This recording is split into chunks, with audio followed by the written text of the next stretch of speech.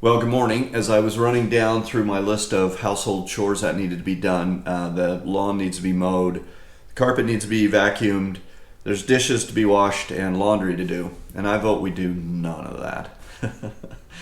Let's work on this Jeep, shall we? I got some paint in, I got my new clutch all set to go. It's a little bit stormy today, but we're going to back the BMW out. It's just going to have to get its feet wet if it rains. And we're going to turn this place into a paint shop. Get all our stuff painted up with that nice new AMC blue, and then we're going to put the engine and transmission, transfer case, bell housing, clutch, all that back together, get our motor mounts on it, get that thing ready to go back on the frame.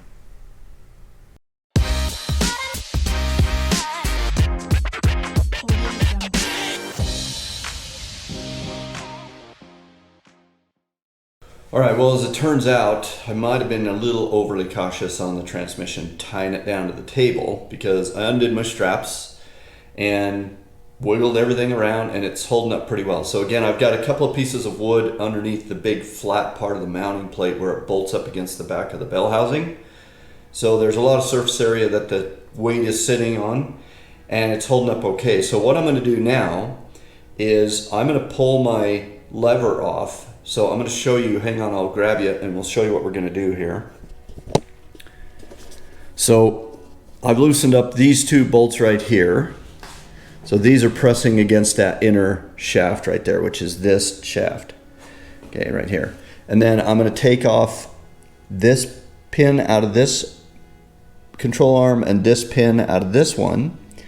And then that'll allow those to come off, and the rest of this should be able to just slide down out of there, come out as a unit, and then ultimately that will get replaced with our twin stick arrangement, which will hook back to these pins. So I'm going to do that, and probably not too much to see while we do that, so I'll do it real quick, get that undone, and then as I start to paint this thing, those won't be in my way. Alright, well, you'll recall that I like to leave myself little Easter eggs for when I'm putting this stuff back together for the 2 weeks away me. So what I did is, you have, like I said, pretty simple arrangement here. You have this pin goes through this shaft and through this connector arm right here, okay? So it goes through here, shaft in the middle, comes out the other side, gets a cotter pin and a washer. So that's basically all you have to do is pull your cotter pin out. I just used my drift punch to kind of gently drive those right back out of there. They came out easy enough. So you can see I've taken this bolt out here, this bolt out here. These are those funky square-headed things. And now I'm just driving this shaft down out of this bracket because everything's loose now. And you can see that this can now come down out of there. So I'm using my drift punch and a hammer. That's why part of this I'm sure I have to mute, but I'll just gently drive that down out of there. It's not really taking any force. So I'll get it out, excuse me, I'll get it out of there, and then I'll show you the whole thing once it's disassembled.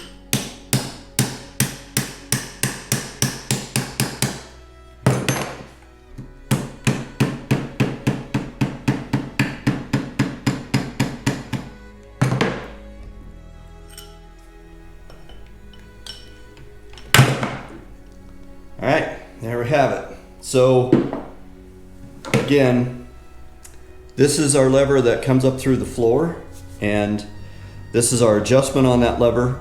You can see where I tied to the pin here, or to this lever connecting the two rods, was pretty worn and pretty sloppy, and that was part of what was giving me the ability to do my low range thing without engaging the front end. And then there's my two connectors. So that's off. Going to clean that up a little bit, get a little bit more primer on there, clean up the debris down here, and then we'll be ready to have that where we can start painting it. And we're going to replace this with a twin stick arrangement. So not going to reuse this part here. We'll keep it in case any of these parts out here need to be reused, but for the most part we're setting this aside now.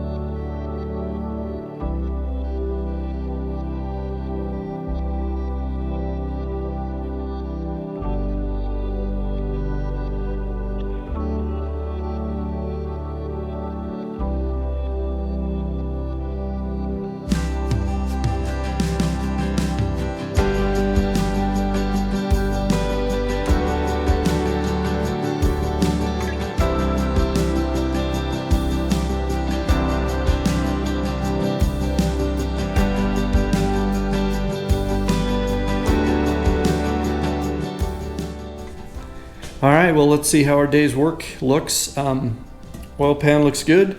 Transmission and transfer case look good. I think I got good coverage everywhere. The paint did say to apply your other additional coats within an hour so that, you know, it's not kind of dried up yet and still bonds to each other really well. Or supposed to wait 48 hours if you don't get it all within an hour. So I'm effectively done painting these pieces for now, including the bell housing, which is still sitting down there on the floor on concrete. But now it's time to wheel the block over here, which is over there. We still got our old block in the box, but gonna wheel that thing over here, move a couple things out of the way, get it over here, and tear into that. So let's do that. Well, I took a little masking tape and some paper, but I got everything taped up and shot a coat of primer onto the block. So we're gonna let that sit for a while and cure up nice and dry, and we'll get some of that color on there. Well, this weekend's about at an end, and I think it was a pretty productive one. I got all the painting done that I wanted to get done. The engines got primered and several coats of the enamel AMC blue, which when I look at it, it looks blue-green, or almost, I guess what I keep thinking of is like teal, the teal color that you used to find in your box of Crayola crayons. So anyway, but it'll be just fine. It's gonna look all right once it's all buttoned together, I think. Just if you're keeping track, I've used 1 and about a half or 1 2/3 of a can of paint so far. And I think I'll probably consume the rest of that second can on the stuff that I can't get to on the transmission while it's in the position it is in. And, you know, kind of tidying up once I start to reassemble stuff. So there's that. I have the stuff situated in the garage here so I can get the car back in here. Before I do that, I'm gonna go run a couple of errands and do a couple of things. So it's starting to cool down. It's supposed to, there's a cold front coming through. It's supposed to be in the 60s first start of next week. And we went up in the canyon after breakfast this morning, and the leaves are already starting to turn up there. So if I'm not careful, this is gonna be, I think if I went and checked when I first started posting this project on the CJ-5, we're getting darn close to being a year into this thing. Maybe not, but because I did work on the CJ-7 for a while, but wow, this stuff takes a while, especially, you know, when you've got to kind of do a little bit and, you know, budget some money for some stuff. So, but it's all right, it's cruising along. Now, what that also means is I'm not gonna get that sailboat really changed at all this year. So it'll just be time soon to go out and put a tarp back on that thing. I was just looking to see if I still have the tarp from last year, and I don't think I do. I think it ripped in the middle. So the little old lady who walks up and down the street and queries me about whether or not I'm gonna ever get that thing in the water again is gonna have a heyday with me next time she sees me, but it is what it is.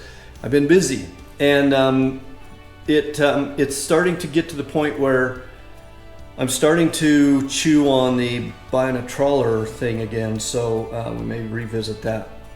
I've been watching, I look every day, well not every day, but I'm constantly watching the market, and so I haven't stopped thinking about that, but while we're thinking about Jeep stuff, we'll start the reassembly pretty soon. I did pull out the old valve covers that I had before. They were cast aluminum Edelbrock valve covers, and they leaked like crazy. That was one of the places that oil was pretty much gushing out of this thing.